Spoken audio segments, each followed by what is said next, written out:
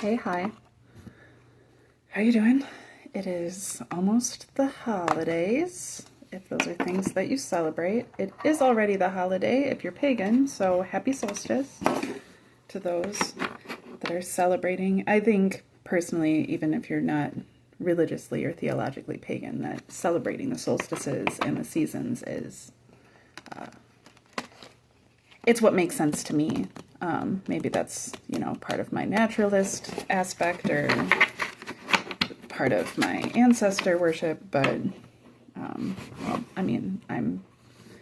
pagan for intents and purposes, but I'm not really religious at all. I'm a person of faith. I'm a stoic. I'm a hermetic. I'm a Gnostic. I'm a person doing my best. I think we all are, but I will say that I think all of us, even if you aren't naturally given to, if you tend to be a religious person and aren't normally given to pagan practices, one, I hate to break it to you, but if you celebrate Christmas, Easter, if you celebrate specifically Christmas and Easter, which are known as the main Christian holidays, those just happen to be extremely popular and far more historically pagan traditions. Just throwing that out there. But I don't think there's anything wrong with that. I think that that's because it's within our nature to be given to those things. The winter coming in, it doesn't matter whenever it's happening. Whenever it's happening to who it's happening to, the winter is always a period of rest, a period of hibernation, a period of death, a period of transition, a period of break before the moving forward of different things. However, it's also a period of having to gather one's strength and start actually applying the things learned throughout the year or experienced throughout the year in order to put them into order. And it's that period of time to kind of do that. A lot of people, all the cards came out. A lot of people will spend their time during this period of time kind of going through their inventory, and this will be kind of a break period, but that break is actually spent recalculating, re-estimating, reprioritizing, reassessing, those types of things. So whatever it is for you, I hope that it is good. I do think that this would be an important time for just to reflect, specifically on what it is that we've been doing and what it is that we hope to do with ourselves, with our lives, how what we're actively doing right now is catering to the future that we actually want. It's difficult, it's hard, but the more that we put it off, the harder it gets, to the point that we essentially trap ourselves into our own little prisons because we, don't feel that we can go out any further. It gets harder the older that you get, I think, to really do those things. It gets also more essential the older that you get. But if you've been doing something for a really long time, it's important to be able to look at that and be like, okay, is this really what I want to be doing long term? And if it is, then be like, why? Why is that what I'm trying to do long term? Who was just talking to me that way?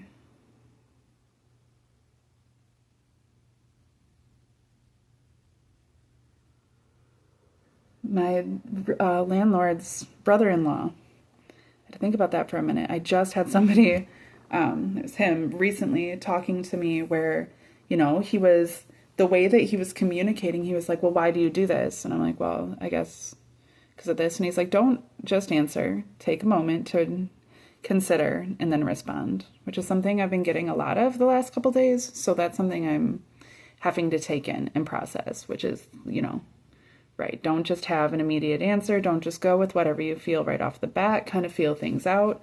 You're safe to.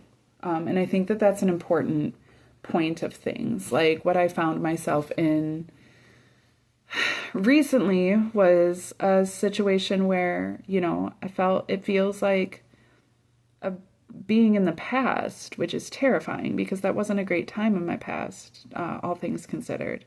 I try to focus on the positives, but there's a lot of anxiety that comes with that. And how it was defined to me from the other person that was in the experience with me was like, well, this is what's comfortable, that's the point. And as they were explaining it was kind of like saying like, being in a place that's comfortable in order to be able to feel more confident moving forward. But I'm seeing even as I'm considering now, like prior to being there, I had this guy asking me, about, well, what is it that you really want? Why is it that this is how you're going about those things? Why is it that you can't provide these things or that this and that for yourself, or you don't want to? What is it that you're fighting? But then like really getting down to the core issues of those things with me and for me, reflecting that, and it's all of our tendency, but it's very easy to, be doubling down on, well, this is my concept of what I'm supposed to be doing. This is what's right. This is how it's supposed to be, without really fully being able to consider that maybe that's not right. Maybe that's not really how it's supposed to be. Maybe that's just what we've been doing.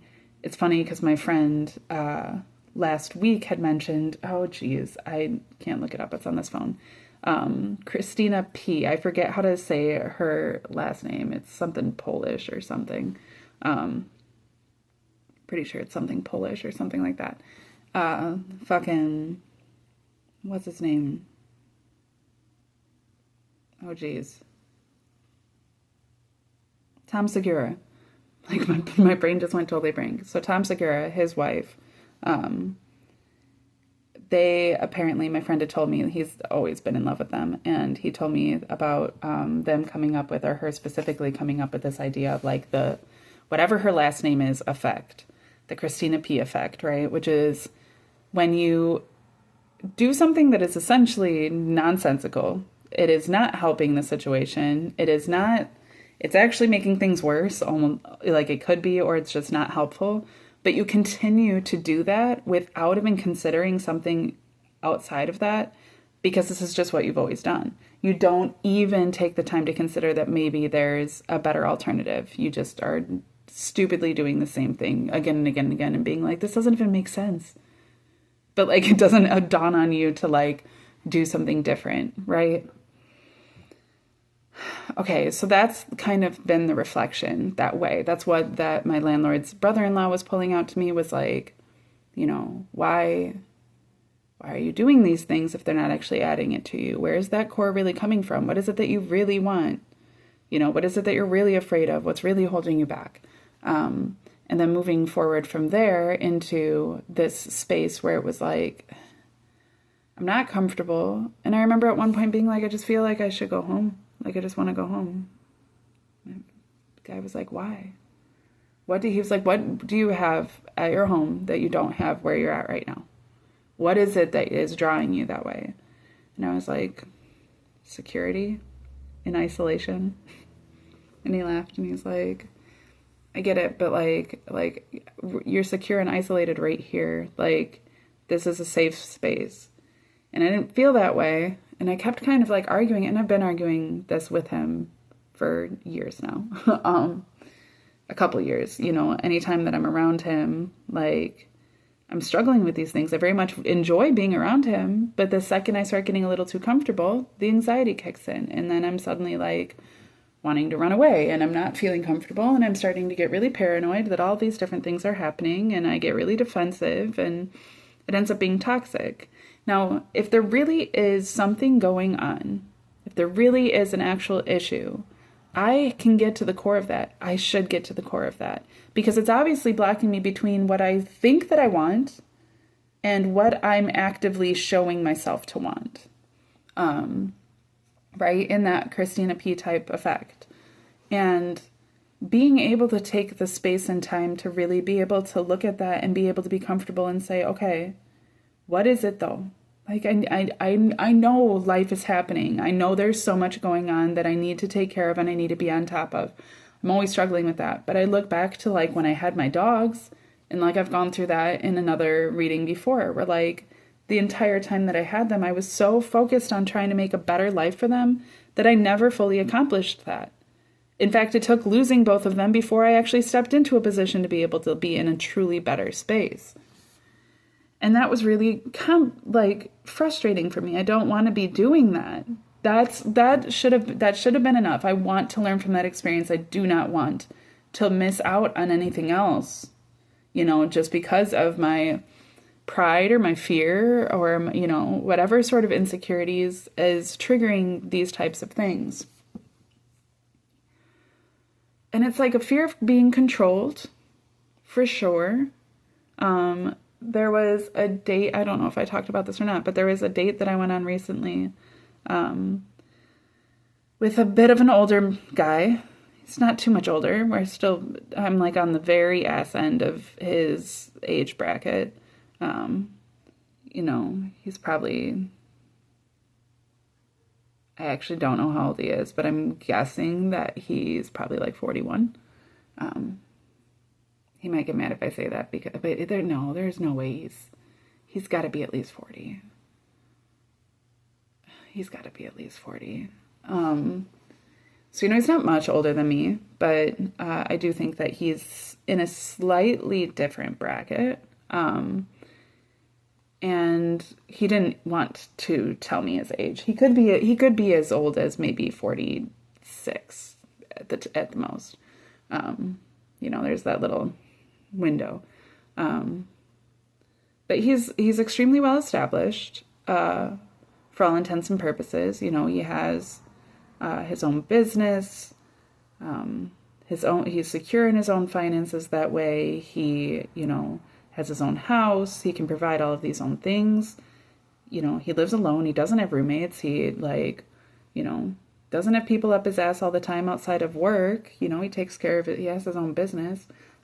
He has a 12-year-old son, an incredibly smart boy, and a little engineer, just cool. He's a really fun guy. We get along very well. We could talk about things. We share a lot of interests. We hit it off pretty well right off the bat. We really did. Our chemistry was very good.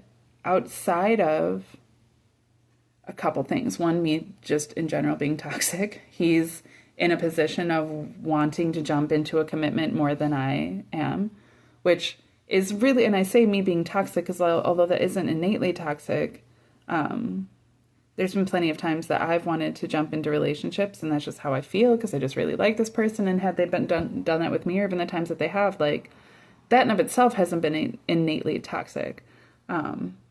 But my defiance and it's not, okay, that's not really what's toxic. The toxicity comes in with the fear and paranoia that comes up about being controlled, being limited, having to sacrifice or compromise myself. That's a struggle. Obviously, that comes with a healthy relationship. So if I'm not willing to compromise and if I'm not willing to sacrifice, should I really be trying to engage in that intimate of a relationship? My feelings have never mattered. They're valid, everybody's feelings are valid. My issue is that I tend to be toxically codependent. So, as much as I constantly work on that, my feelings have always been something for me to consider, something for me to learn how to express properly. They mean something, and to hold people, I don't expect people to care about my feelings, but to keep to set my boundaries according to those who do respect those things, that's all been great and good. However, it's ultimately not about my feelings when those things tend to change all the time. They tend to, it depends on what's going on, how I feel. I've gotten much better about that. But ultimately, like, you know, there's some, like, I mean, there's a difference. So there's a contrast.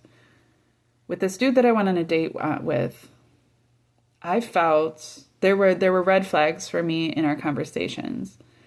The red flags were actual statements, ways that he said things, ways that he carried himself, ways that he chose to not respect me, based on his concept of me and what it is that he wanted of me, you know? Well, I thought that you said that you were submissive, so why won't you just do this thing? Well, because I want to be able to be submissive and move into that, but that takes time and patience. And if you're not willing to give me that and you're just trying to jump into a relationship, you're not going to get that from me. And then there's a point of conflict, right? And now I'm the one responsible for the point of conflict, and I'm supposed to be catering to your feelings when you have yet to at all address mine, because you just want me to be submissive. That to me seems quite controlling. Ultimately, it doesn't matter how much money you're trying to give me. I mean, I dated this dude twice, like literally went out with him twice, and he was trying to buy me a car. I know a lot of women that, like, it's not like I couldn't use a new vehicle. It's not like I couldn't use a brand new house. Like, he offered to let me stay with him. Like, he's moving in that direction. He has a fucking wedding dress that he inherited that's been sitting in his closet forever long, and he's been looking for the right girl to fit it. And he can tell just by looking at me that I'm the right girl to fit it, right? Like,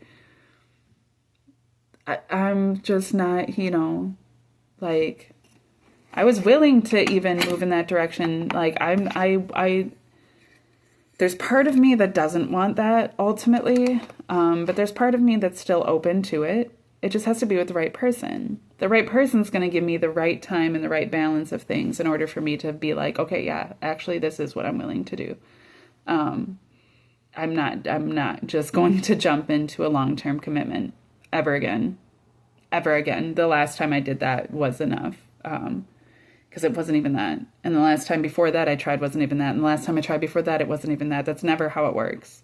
It's never how it works. And this is coming from a divorced woman that's now dated since and still continue to fuck up these relationships. That's because I moved too quickly in those ways towards commitment. That's not going to get us anywhere, because I'm not going to know you. You're not going to know me. And eventually I'm going to become dissatisfied. I know myself at least well enough to know that. I am not going to stick around.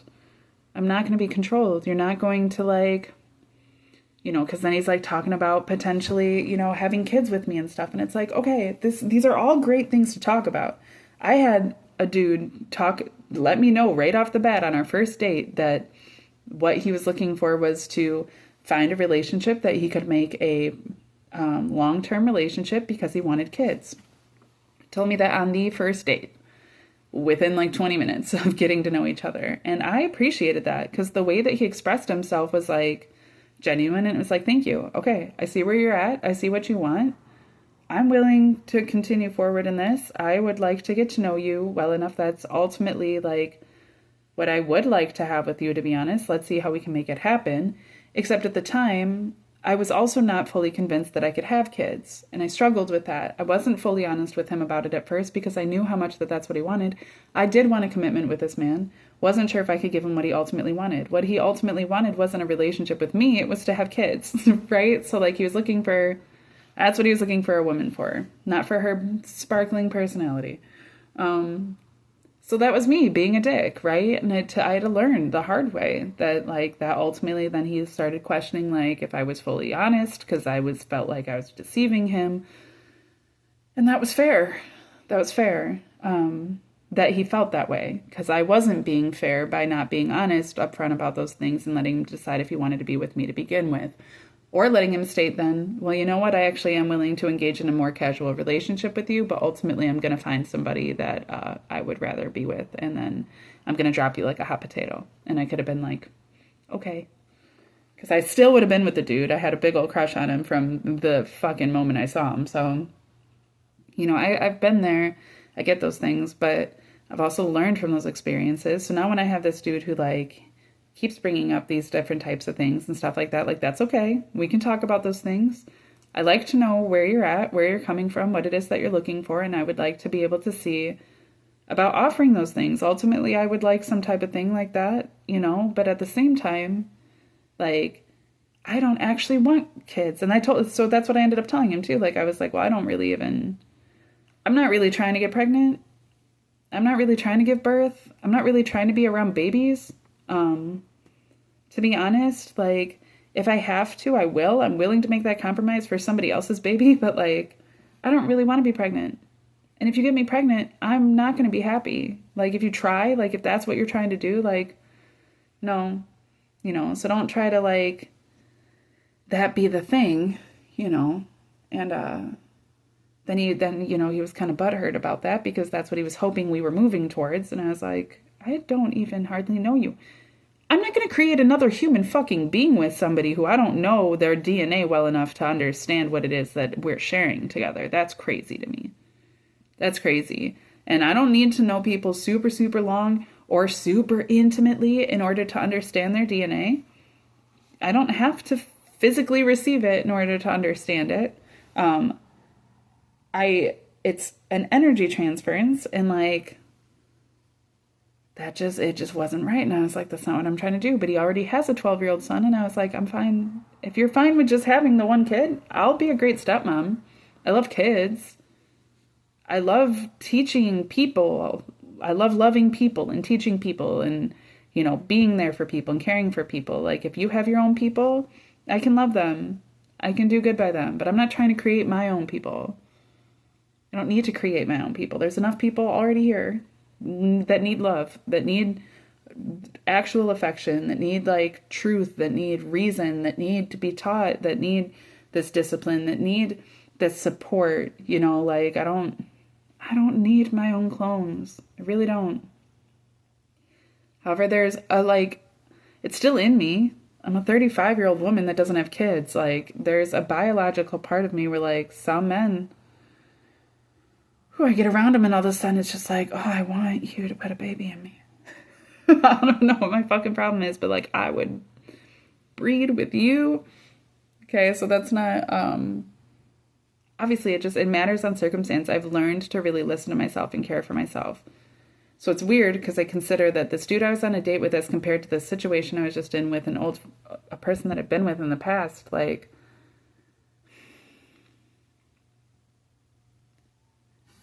the dude that I dated a couple times, who's willing to buy me all these things and do all these things for me and stuff, but essentially it's like, so that you can get married to me and then start having my kids. Like, it just wasn't. And like, the things that he was saying, like, ultimately, like, he's like, okay, smarty pants. Like, oh, you don't like when I'm intelligent?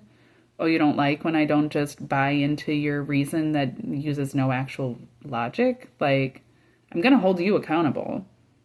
You want a good, strong woman? I don't have to be independent, but I'm not going to be toxically codependent. I will fight myself to not be that, right? So, like, you're not just going to be able to, schmooze me into that type of relationship. That's not how it works. I do require space and comfort in those things. So then I consider when I'm feeling all these different types of anxieties, especially from the past, and especially from like this consideration that like, okay, I don't feel like this person in my life like perfectly align like I used to think that they did. I think that a lot of what I was always feeling that was so deep for them was ultimately a very strong lust. But at the same time, it is a love, but it's a deeper love than just like this trying to rush into some sense of commitment. I don't need to build that type of life with this person in order to truly love them. And I've learned that over time as well. And it was something where like I was drinking, so I was getting frisky, and I started like kissing on their neck, and he was like, okay, is this lust or is this love? And I pulled away, and he's like, I'm not saying that I don't like either, but I want you to be coming from your genuine space. I don't want to just be the thing that you throw certain energy at. And it was like, man, yeah, that's right. You deserve to respect yourself, and that's how I also will respect myself through you, and I also deserve to respect myself in a way that you respect me, and to see those things. And so it's the same thing when I was like, I just feel like super anxious, and I feel like I should just leave. And he's like, okay, that's fine, but like, why are you feeling that way? Like, is there something I can do? Like, Is there a reason for it? Are you just feeling anxious and you don't know why? Because you don't have to leave. You can stay here. You're safe here. We can talk about it. And I was like, I don't know. I don't even know what it is. But like, considering all of these things, it's like, well, life is trying to show me that there's been all of these things that I've asked for, and it wants to give them to me, but then every time it starts to, I get cold feet. And I start feeling like, yeah, but is this really what I wanted? I wanted this so bad, but like, having to go without it, I started learning that like, I can live without it. And so it's like, if I can live without it, do I want to? Am I going to? Does it matter what I want? Like, what's best? And the fears that, you know, he's like, I'm not going to hurt you. I'm not going to like put you in any sort of compromising position. You know, we both went through a lot and have learned a lot from that. And he's like, I really would just want to do whatever makes you feel comfortable and happy.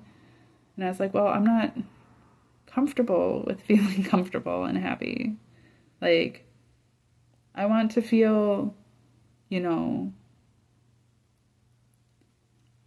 not necessarily forced. And in part, it's because of a habit that way of feeling forced to like meet some standard, and he's not doing that. So like, that's confusing for me. But also like, I don't want to fall into complacency. That to me is like the enemy, being comfortable, so comfortable where everything's so convenient, where I just lose my passion. You know, I lose my creativity. I lose my desire to be able to do all these different things. Like, I don't want to be in that space. I want my own space where I can flourish and where I can, you know, do great things. Like, I have so many big things I want to do in the world for myself and for others. All of it is for both, you know, and like, I deserve that. And I have the capacity to do that. And the only thing that would hold me back is myself. So like, you know, I don't want to hold it against anybody else for trying to create something else for me, but like, ultimately, like, that just got me feeling some type of way where it's like, as much as I've always longed for a partner and all of these different things, I get them. And then suddenly it's like, maybe this isn't all of it, you know? If I can find a balance between letting a person be who they are and then still being able to be who I am, that would be great. That would be great. But like, without like, the people that I find myself comfortable doing that with, or that like that most easily happens, are people that tend to be like a bit of an asshole, people that are stubborn, people that have their, you know, this is what I do. And it's like, that's fine. This person already has that. They have all of that. It's just different because I think I've also looked at partners to have some of the qualities that I struggle with kind of down pat themselves. So then I can kind of like lean on them and rely on them for support in those things so that I can get to where I'm trying to get with certain things. Those are the things I find myself like attracted to in others and appealing to others. The reason this one person that I was just with, like, the reason that I like it, just that they're like my kryptonite. I have this weakness for them. And I don't know if that's necessarily actually a safe thing, but like, it's because, you know, I can fall into any number of low vibrations and they still just offer me the same energy regardless. They're very consistent. They're very sweet. They're very calm. You know, they don't like yelling. They don't like arguing. They don't, you know, like the constant tension and anxiety. I know that I bring that to the table often, and they do an extremely, like, they work through it, and they, you know, they process it. They don't try to hold it against me. They really do try to create a space where I can feel like they feel, which is just safe and happy and easygoing and comfortable and convenient. But like, it's hard because like that sounds so healthy in so many ways, but at the same time, like I almost like would prefer like less security and more passion and creativity and drive. You know, I'm an adventurous person. I want to do new things.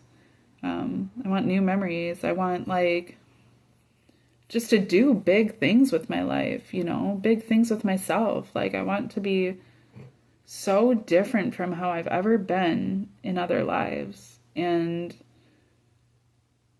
you know, I know that that's out there. And so it's just a hard thing because, like, ultimately, like, this person isn't asking me for a commitment outright, right? They just wanted to enjoy their time with me. And that's hard for me to do because I am driving things towards commitment when that's not even what I ultimately want. So I'm the one that's fucked up, and I'm realizing that, right? So I'm trying to work that out. I'm trying to balance that out. I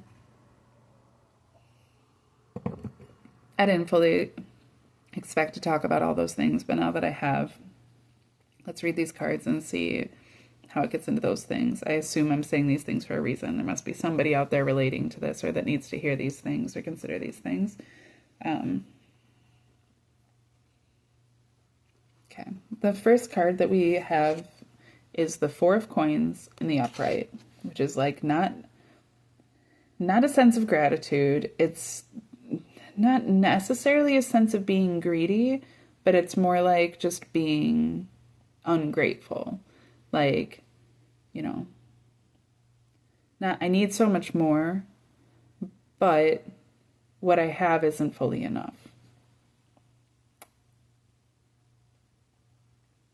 Okay, so when you start to feel that way, when I start to feel that way, it leads me into a point of anxiety, right? So like, what is that? What is the point of that? I don't like what I'm receiving. I'm not happy with what I have. It's almost like looking at things where, like, because they're unsatisfactory of where they've been, if they start to feel like it's just still where it's always been and that it's not progressing into something greater, then it feels like it's just going to pull me back into what it's always been, which wasn't satisfactory. So, you know, it's not completely unjustified, but it is like this card is not, there's no positivity here. Like ultimately, a change of perspective would do this person wonders. You know, because we move from that into then this Ten of Cups card, which is cute, but it's in the reverse. And it's Jake and Rainicorn. And it looks like maybe this is their house. It's like a farmhouse in the distance. And they've got a little heart between them. And it looks like they're just loving each other. But it's in the reverse. And like these, I'm randomly getting like really emotional out of nowhere. These waves, maybe it's because it's hormones. I know I'm about to be on my cycle, but when I first acknowledged that this was the card was when I was just saying about this feeling of anxiety that gets created. It's almost like there isn't this sense of union. There's a displacement. There's, fear almost of I'm not going to see everything fall into place. Or what's going to fall into place isn't ultimately going to be what I want or what seems to be the best. And that's all a matter of perspective. I assure you, I've met so many people in my life that had everything they could have ever asked for. They have beyond everything they ever did ask for. And they're still not thankful. They die that way. As a hospice nurse, I've watched people die so bitter against everything. They had all the money. They had a healthy family. They died healthy, just old, like anything that they could have possibly asked for, they had. But they never asked for a heart of gratitude. They never asked for the capacity to be able to alchemize things properly. They just had this expectation of the universe, and because that was never fulfilled, because it was not a real thing, then they hold it against the universe, thus holding it against themselves so that they can die unhappy. Nobody else has to suffer that, by the way. Like, that's the great thing about death, is that, like, you don't take any of your shit with you, right? But, like, you do take that soul with you. And if your soul is shitty, like, that's on you, bud. That's on you. So, like, how can you really be mad at the universe when, like, you haven't been receiving these things properly? Like, and I even put it, like, when I was talking to the dude, like, it's this energy of, if you can't be trusted with the small things, how are you going to be trusted with the big things? You know?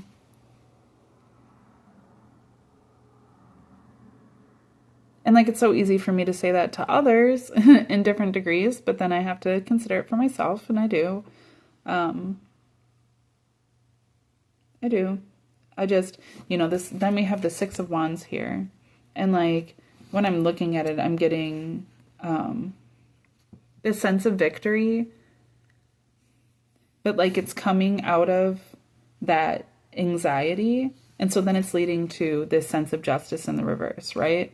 Which is that when it's the worst, it's so crazy, but when you're in an ungrateful attitude, in an ungrateful spirit, in a divided spirit, in a fearful spirit, even a victory feels like some type of loss. I've never seen this card in this deck. It appears to be Finn, but it's like Finn. I mean, the drawings of the people tend to be a little bit weird. Sometimes they look just like the characters. Sometimes they look very different. But this is like a very human version of Finn.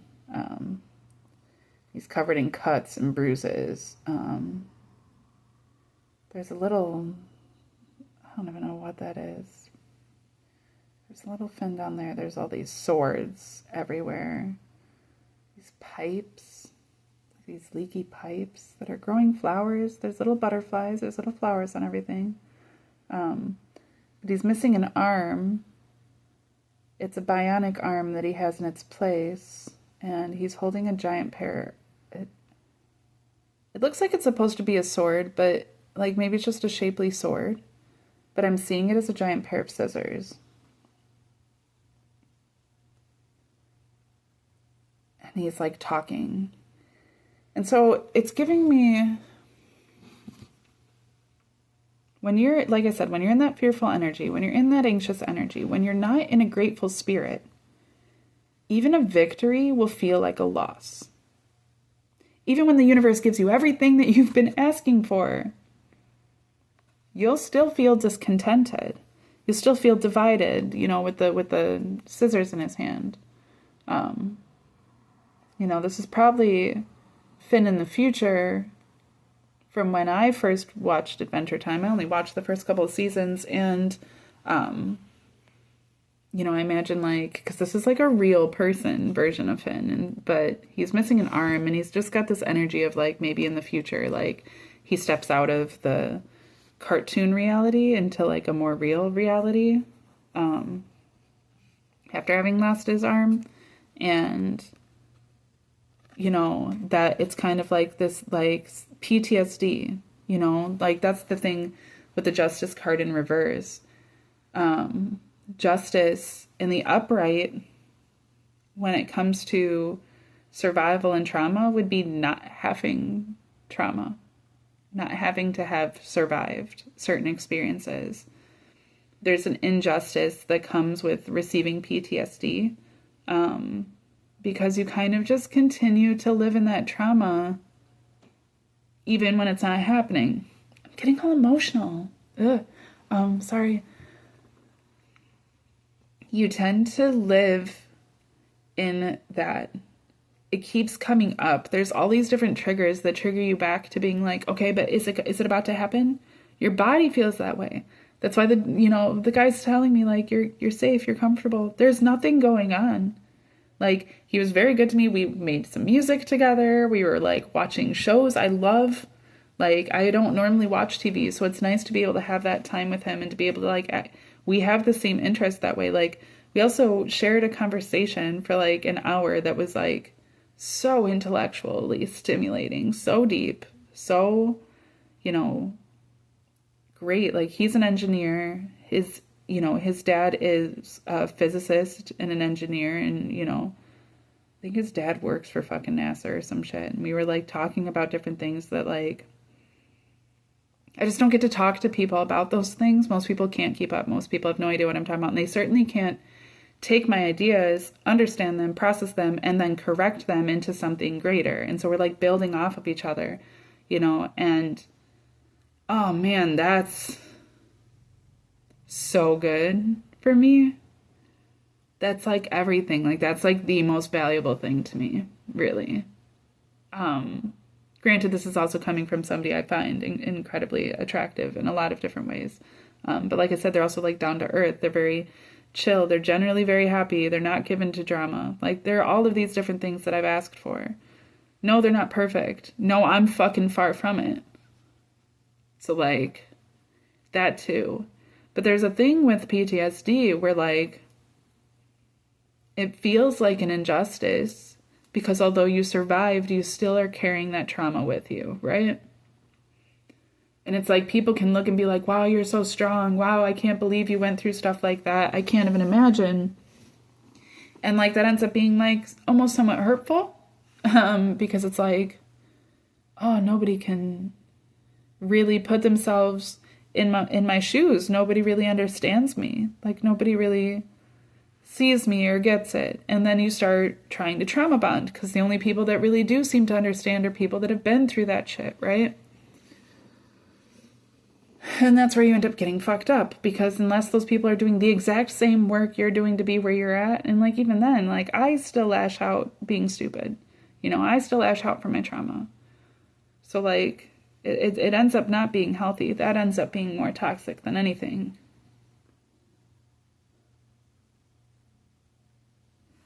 We have the Two of Cups in the reverse. The last card in the deck came out, or the last card in the read came out face down, so I don't know what it is yet. But the Two of Cups in the reverse is like not having to fight.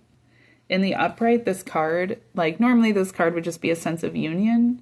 And I guess in the upright it would be like a sense of union that's positive, but we're talking about toxic codependency. We're talking about trauma bonding. We're talking about my tendency, and if you're resonating with this, then potentially yours, to look for comfort in things that aren't quite comfortable because you've never had comfort. And as soon as you start to feel it, it starts triggering this sense of insecurity because it's new and hard to rationalize because you've gotten so used to rationalizing things that are chaotic and things that are stimulating trauma. It's just stimulating your survival mechanisms, you know, your coping mechanisms and your survival mechanisms. And when that's not going on, it doesn't feel safe. It feels like, what the fuck is this? I don't know what this is. I don't even know where to put this or what to do with this. And I remember for a split moment when I was with this guy being like, so what, am I supposed to just submit to this? Is that what's going to make it okay? Like, is that how I feel like I can receive this? I'm supposed to just accept it? Like, I don't feel safe. And that's when he's like, you're, there's nothing going on. You are safe. It's like, you're just trying to steal. You're trying to rob me of my destiny. And I keep telling him that too. And like, I've become convinced of those things in different ways, but then I keep like pushing myself to like question that specifically when it comes to him, because everything that I felt was adding into that. Like I still feel, I can't disprove, but like there are also things that like, he's very good at what he does, if that's what he's doing, because they're all things that I can't necessarily hold against him. And that I can't hold against the personal time that I have with him. It's all when certain people are involved or certain situations are happening. And it all is just so much. And I just don't want anything to do with it, which is fine. And that's fair. And that can be healthy. But the point is that I'm being given this space right now by the universe to be able to process these things without just running away. You know, I'm being put in a position where it's like you can get yourself in alignment right now before you're out of alignment, and like then you're having to turn shit into gold. I know that's what you're good at. I know that's what you're great at, but we're trying to learn a new skill because that's gotten old. The universe is bored with that, you know? I'm bored with that. I don't want to have to keep living in these shitty situations in order to move myself out and then be like, oh, because it gets to the point too where like, it's, I mean, you know, there's so much at this point that like other people have done that has led me into the positions that I've been in life, the different traumas I've had and shit. But like ultimately, like I'm 35 years old. How many things can keep happening that aren't ultimately my responsibility? There has to be some point in time that I'm just like deflecting these things. And it doesn't matter how many people can be like, yeah, but it's understandable because of this, and it's understandable because of that, and I still empathize with you because of this and that. That's wonderful, but that says far more about you than it does about me, to be honest. It doesn't matter if it's understandable. There's still an expectation that I'm not continuing those types of cycles, especially not if I'm going around talking this way and speaking on these things and wanting to be an example of how to move away from those things and how to do better and how to be able to thrive despite being in constant survival state, and how not to have to be in that state anymore, because you can, like I said, you can thrive, you can move into something so much better. How can I show that and do that if I don't have anything to show for that, and if I'm not doing it? So I don't want to be somebody given to making excuses. That's to say that, like, it's not about just jumping head over heels right into everything either, but like to appreciate the little bit that's being given. There's a space and time. Like, this guy's all mad, right? Because he's got these 3 coins, but then the coin that's coming to him is a dark coin, right? So it's almost like these are gold, this one's silver, and he's like, that one ain't even shit compared to these. But it's like, that's not the right mindset. That mindset is leading to this lack mentality and this division that's leading into not even being able to receive the victories at hand, because you feel so divided within yourself, because you feel this sense of PTSD, and you feel like the sense of like, oh, I got to be on the defense, right? Instead of being able to work with those things and feeling like you can be confident in the offense. When you can receive the little things with gratitude, when you can turn this around, all of these things start to fall into place. Because ultimately, like, then we have, if I were to turn this around, now I have the 4 of coins in the reverse, but I'm not feeling a lack mentality. I'm not feeling like I'm not receiving what I'm due. I'm accepting that everything that I'm given is something I can use for my betterment, right? Well, that's allowing me to embrace these differences. That's allowing me to find this love, to find this truth, to find this union, to find these balances, not just externally, but internally. In fact, it starts internally in order to be able to gain these things externally. There's an actual house, a home. There's real true love. There's an actual balance here, and something that's long term. But, that also comes from like not looking for a particular victory, not looking for like some sense of, I have to be able to celebrate this ideal. I can't celebrate unless there's this ideal. No, you're in the justice and the upright. So you're able to look at things now and finally say, with a right sense of division, you're able to cut out the bullshit, and you're able to say, you know what? No, this is what's right. This is what I'm thankful to have. These are the good things. This is what I've been through. This is what I haven't been through. You're not in this paranoia anymore. You're not in this frustration. You're not in this lack mentality. And so now you're in this position where you can be on the offense. You actually become a weapon against those things more than everything being a weapon against you, right? You're able to find that sense of balance and union within yourself, which is a great sense of confidence. And then we have the Strength card in the reverse. So, if you aren't doing that work, if you want to keep doing what you've always been doing, if you want to keep running away and making these claims that, everything's all crazy, but like, you're not doing the work. Like I said in one of my last readings, like right now we're in a time in the universe where like, it's not about procrastinating. That's not going to get you anywhere. Do the work right now, and you're going to see the just reward. You're going to see it. I know it feels like you've been doing it forever, and it's like, I have to keep doing this thing that doesn't work, but like, this is when it works. Like, don't stop running at the end of the race. When you've received everything that you've asked for, and now it's like, is this really even worth it? I'm going to just stop running now. Like, just see it through. Just see it through and see what happens. You're not being told that you have to make commitments. You're being told to commit to yourself so that you can actually see what these things really are, what they really are, so you don't have to live in paranoia, so you don't have to be so anxious, so that you can be grateful, so that you can feel your justice, you can see it. So you're not running away from it, you're not letting it, let's say that like you feel like you haven't done anything wrong and suddenly you get a notice that you have to go to court and it's like, oh my God, I'm in trouble. So then you just run from it. Well, I don't want to go to court. I don't want to get in trouble, but you don't even know that you've done anything wrong. You don't feel like you've done anything wrong, but it's court. So like I must have done something wrong. Well, who's to say that if you were just to go to court, now let's say all the running ends up making it. So now let's say you keep running from court, right? Because you're in strength in the reverse. You're not confident. You're not feeling strong. You're not feeling stable or secure. You're feeling scared. So you're running away. You're not running head on into things. You're running away from them. And that the running ends up where the court's like, okay, we can't get a hold of this person. We can see that they're here, here, here, here. We keep trying to get a hold of them. They keep evading us.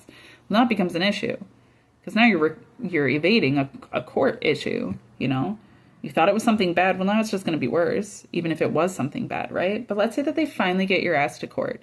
And now you've raked up like all of these. Let's say that like you crash a car trying to run so far and you end up living in a weird house that gets burnt down or some shit. Or you end up losing all of these different things all because you're running. And then you finally get to court and they're like, okay, well, we actually were trying to give you an inheritance that we found was owed to you. And you had no clue of this, none whatsoever. You had no idea why this would even come to you. You had no idea that somebody had been looking out for you and somebody really cared and somebody wanted to provide these things for you. And the court's like, we've been trying to give this to you, but because you've been running this whole time, and because this happened and this happened and this happened and this happened, now you owe the court for basically all of this inheritance, right? You're still going to get the inheritance, but you also owe the court all of this, and it just balances out. Okay, it just balances out, and then you get out of that entire situation with having learned a lesson that you didn't need to go through all that shit to learn had you had just been willing to see things with a sense of positivity and gratitude. Had you been in that mindset to begin with, you would have had the 10 of Cups right away. You would have been in this space of not requiring some external victory in order to be okay. You would have had a sense of justice and seen justice right off the bat. You would have seen how it worked. This whole time you've been very bitter, feeling like this happens and this happens and this happens and this happens and it's all so bad for me, not realizing that there was this one thing that was trying to be given to you to show you that the universe was working in your favor this entire time. But you weren't aware of that, and so you were fighting yourself and you became, a weapon against yourself instead of being balanced within yourself.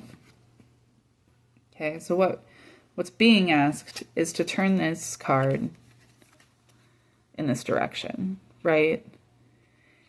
And it's an interesting thing because really, when I'm seeing this, this ellipsis over Jake's head, it's the eternal symbol, the symbol of eternity. And if you were to flip it, if you flip it one way, it's an 8. But if you were to flip it just right onto its side, it would essentially look exactly the same. It would seem as though nothing had changed. But that matter of perspective is what turned everything around. Now you're not running away. Now you're strong enough to sit secure in a moment to go through and learn the process. I remember this dude telling me when we were talking yesterday in the middle of the conversation, there was a point where he pointed out in the conversation to essentially shut the fuck up and pay attention because what's about to be said is very important. And I remember having to sit there and really process that because initially, of course, my ego wanted to feel some type of way. Then my mind starts racing and then I'm listening and it's it's hard to process. How do I take this in? Well, my subconscious was taking it in and that's what it was taking in was this, you're not going to get anywhere just running blind. You have to be able to look at the exact goal and know what it is that you're running into. We've been seeing all of these ways that had been projected and theorized in string theory through Einstein forever ago about, every potentiality being its own reality, and every reality being like a sheet in space-time that flows like this, and every once in a while these sheets like touch each other. And that's consciousness interacting with subconsciousness. That's experience becoming known to itself. And we do that all the times, and sometimes they have an overlap onto each other, where you essentially can see into other dimensions.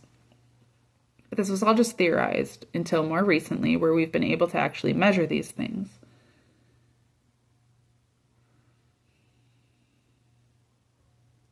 I took up an issue at the point because I've learned that measuring, I mean, that's the whole point of quantum theory that I love so much, is because what we were always doing in our physical reality, in physics forever, was determining the value of our reality based on the experience of it, on the measurable, tangible experience of it, on the capacity to be able to define it as anything at all.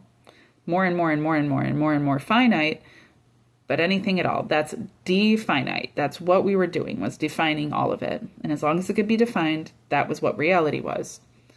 However, quantum theory, and why it was considered so blasphemous initially, was because it came around stating that what actually makes everything what it is what it isn't. And not only what it isn't, but what isn't even isn't at all. Because is and isn't are part of a dichotomy, and what keeps that dichotomy stable is something outside of it, something that it is within, something that is not part of it.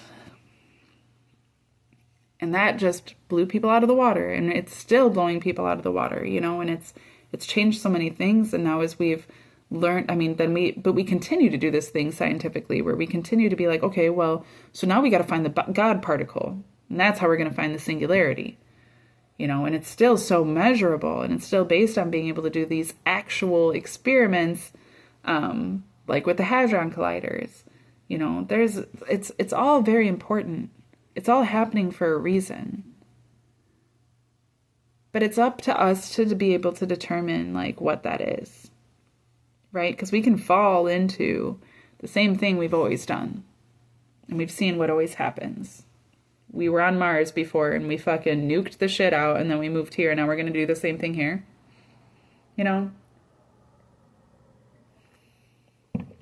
Why? When we could make the most here. We already have it. We already have everything at our fingertips. Why do we need to destroy everything in order to be better? Why do we need shit in order to make gold? We already have it all. We already have it all. But the people aren't doing anything with it. No, they're complaining, and they're wanting to go somewhere else, and they're wanting to do something else. It's okay to be uncomfortable. It's okay to be scared. It's okay to be unsure. But don't be a coward. Don't let those things stop you. It's okay to make mistakes. It's okay to have expressed yourself passionately only to find that you're actually the asshole, and then to have to make changes. It's better to make the changes, and had you not expressed them that way, you wouldn't know any better. So it's okay. But it's very important that we come to this understanding that we already have everything that we need. We don't need to keep looking. It's already been given. In my personal experience, these things have been given within the last 3 years. And I knew when I was coming here that they were being given to me. I just didn't know how to see it. I was expecting something different. I had these expectations, and I'll tell you what, those expectations even came to me. And they ended up being not what I expected, and that threw me for a loop. And it took me out of my creative force, and it confused me. And I felt lost and confused. But that wasn't the point. The point was to teach me these lessons so that in this time, for just this moment, I could sit in this space and really look back and say, oh, okay, this is what I have to move forward with. Okay, these are the things that I have. This is what I can do. Okay, I still don't fully get it. It's still getting deep in there, okay? It's going to take more meditation time. I just took a spiritual bath, which helped significantly to be able to be in this position, but it's going to take work. However, we are there. If I'm there, anybody's there. Everybody's there. I'm just here to be a mirror for everybody else. So, yeah, that's, we already have it. We do not need to destroy what we have just to make something better. That isn't going to do it. That isn't going to do it. We've already tried that before. We should be doing something different. We want to be making new memories. This is a new world for a reason. And so it could be like the old world that we find ourselves constantly complaining about nonstop. That's not the future that any of us want to live in, that it's not the reality that any of us want to be manifesting. So why are we doing it? You don't like what you see, change it. But you don't have to change things so much that you miss out on what it is that you really have. You know, there's something so beautiful and so valuable right where you're at. It's in you. It's in what you've already received. It's just a matter of perspective. It's a matter of perception. It's a matter of being willing to embrace those things, to see the good in those things, to understand that you are receiving justice and that you are balanced and that you are strong and that you are capable and that these things will continue on if you just do the right thing about them. You know, we have to stop being ungrateful. We have to stop worrying about the numbers. We have to stop looking for this particular victory where everybody's proving us and validating us that this was the right thing. It's not about that. It's about being able to sit in ourselves and say, you know what? I know. I don't know. I don't know. I'm good. So much so that instead of needing a giant tiger on our side in order to feel secure, all we need is our creativity, our gentleness, our compassion. That's our strength. That's our strength. And that's what's going to lead us forward. That's what's going to give us everything that we've ever wanted. We already have it. It's already ours. We don't need to go make it somewhere else.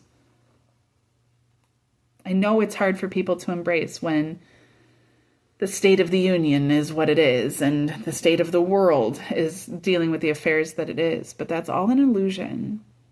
That's all an illusion. It's like sitting in a room where nothing's actually happening, feeling incredibly paranoid. Yes, there is war happening. War has been happening. Okay, the only way we're going to avoid it isn't by waging war, especially not on ourselves. We're not going to find a better world on that side. You know, it mentions it in the Tao Te Ching, but it also mentions it in other spiritual texts where those that care to gain the world through war, through violence, through fighting, through stealing, through, cheating, aren't going to win. Because if what you want is the world, what you're going to end up with receiving is its destruction, if those are the means that you use to try to attain it. In order to gain the world, you lay yourself low and you let all things come to you. In order to gain the world, you let go of your grip on it. You stop trying to be in control. It's one thing to protect yourself. It's one thing to protect yourself when you have somebody that's a little too pushy, that's willing to put their hands on you to kind of get you in a position that will hold you down because they're feeling some type of way and then they explain it that this is just affection. Those are red flags that are okay to move away from. But when you're sitting in a space and there's nothing happening and actually everything that you have has been incredibly enjoyable and everything's been safe and it just feels like I don't want to get too comfortable because then I won't want to be productive. That's a you problem, and that's okay. But don't project that onto anybody else. Take that into yourself, process it, embrace it, receive it, and move forward to see what you can do with that. That's your key right there. I lost my keys, and I kept asking where my keys were, and every time I said it, he'd be like, at your mom's house? Probably at your mom's house.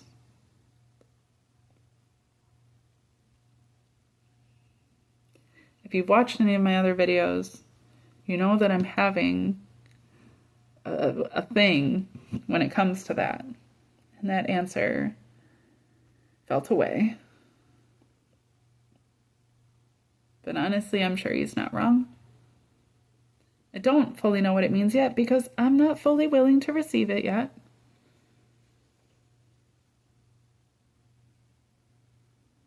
I'll get there though. You know, this is for me as much as it's for anybody. Really, most of this is all, it's an oracle reading, so it's mostly all for me. And then you can just do with that what you will. To me, that's the safest option because then I'm not trying to lead you by the nose or force you to drink. You know, here's the water. Do with it what you will. That just makes me think of the Fallout episode I watched. We started watching the Fallout series. He's already seen it. I hadn't, though. So I started watching it. And there's this part in an episode where this guy has a water filtration system, okay? And all he needs is water. And this girl comes up and he's like, I've been putting sand in it. And no matter how much sand I put in it, it doesn't work. And she's like, well, maybe you need water in your water filtration system. And he's like, oh. And this dude's like obviously out of his mind. He's probably been on way too much jet for way too long because mentats, I don't even know, but he is not there anymore. Mentats normally make you smart, but I'm sure if you abuse the fuck out of them, you get a little dumb. Either way, she hands him her bottle of water, which, by the way, she's in the wasteland. She doesn't know where she's going to find more water. Her idea is if all you need is just a little bit of water, we can use this little bit of water in your water filtration system and suddenly we'll be able to create more water out of all the work you've done. So this is how I'm going to make more water. I'm going to invest this thing.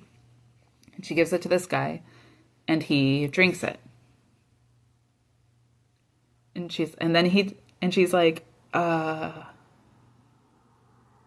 now it's gone. Now they don't have it for the water filtration system. They could have literally just had more water. And he drinks it. And then he proceeds to tell her, I've always been told that it doesn't even matter if you're thirsty or not. It's still important to drink because we're out here where it's so hot and so dry. And she's like, thinking like, and now we don't have any more water. And you're not even the one doing shit. You weren't even thirsty. Like, I'm out here fucking traveling all this way, doing all this shit. But it's a good metaphor for what I was just talking about. For the idea that like, that's that Christina P effect, right? Oh, well, it's important to drink water even when you're not thirsty. We're in the desert, so just drink water whenever you have it. It's like, or you invest into the right things and suddenly you have an actual water filtration system and you can have as much water as you need. But when you stupidly do those things, like, now you deal with the effects of it, right? The consequences. So it's important to take this time that's being given in order to process these things. It's important to take this time to be able to be like, you know, what to prioritize. What is right? What is wrong? What is it that I'm really doing? Why am I really doing it? Lay it out. Write it out. What is it that I want? What is it that how am I going to get there? What are the actual steps? What am I doing that's compromising that? You know, because if it's just a matter of feelings in your head, it's okay to get over those. It's okay to put those aside for a time. If it's just a paranoia, where we're at right now, the universe is trying to protect us and keep us safe. So if it's just a paranoia, like I said in the last reading, in one of them, if you know that there's a monster out there running around, right? So you're hiding under a table in your house and you hear something in another room. The best response isn't to just innately start freaking out and acting as if it's the monster and then just like go headstrong into being all crazy, because maybe it's a mouse in the other room and the monster's just outside the house and it didn't hear the mouse, but now it hears you flopping around acting all crazy, or it's picking up on your energy or whatever sort of deal, right? Like, consider things, because maybe it is the monster. So maybe you want to be quieter. Maybe you want to hide a little better. But like, don't let these things overwhelm you. That's the matter of prioritizing things properly, right? Sometimes the best option is to run from those things, but sometimes the best option is to just stay put where you're at and be chill. As chill as possible. You know, so I can't speak for anybody's specific personal experience. I think it's important that people learn more and more how to be able to do that for themselves. that we are in a time right now where we're like energetically, this is like the eye of the storm. This is the calm before the storm. No, it's the eye of the storm. The storm's already been happening, but we're right in the middle of it. We're honestly, the thing about the other side of it is that it's going to feel just as shitty as it's felt. If not potentially worse, maybe it's picking up speed. But the worst part is that like afterwards is a devastation you get to look at and then rebuild from. We can't evade those things. So it's important to get ourselves to a space of being able to be healthy and conscious so that we're not so downtrodden about those things and so that we can make the most after all is said and done. It's kind of already set in motion. But at the same time, there's so much that we can still do. Like, there's so much that can be done to change things, truly to change things. But it's about being able to work with the energies that are already at play and not to be given to fear and not to be given to a lack mentality, not to be given to greed, not to be given to arrogance, not to be given to pride, not to be given to loneliness, to neediness, to greediness, to insecurity, cowardice, gluttony. You know, it's important to balance. It's important to heal. It's important to give ourselves space and time and to calm ourselves now so that we can properly prioritize, so that we can know what steps to take even when things are really, really chaotic, right? And because imagine, you know, that we learn how to do these things in the midst of so much chaos. And then if suddenly there isn't chaos, let's say that everything actually turns around for the best and everything really is good and everything works out for the greatest. We prepared for the worst, but we hoped for the best, and now we receive the best, and now we can do that much more with it, right? Now it'll come so much more easier. Now we won't have to build this new thing like that. It'll build itself, and we can work on putting our energy into just enjoying it. You know, that's the point. That's what's being done for us right now. You know, that's what we have gone out before ourselves to prepare a kingdom for ourselves, and we are coming back to find ourselves now so that we can usher ourselves into that kingdom. But that's the point of like enjoying these things for what they're worth and not letting them just devour us and being willing to get over the rest of the bullshit and to leave what isn't meant for us behind. You know, it's not over till the fat lady sings. But you know, we'll all receive our just reward. We actually already are. We actually already have. And it's about receiving those things and really making the most of those things. Because again, you can't be trusted with more when you already can't be trusted with what little you've already received. The importance is to make the most of those things so then more can be given. All right, that's what I got. Thanks for listening, and I will see you in the next video.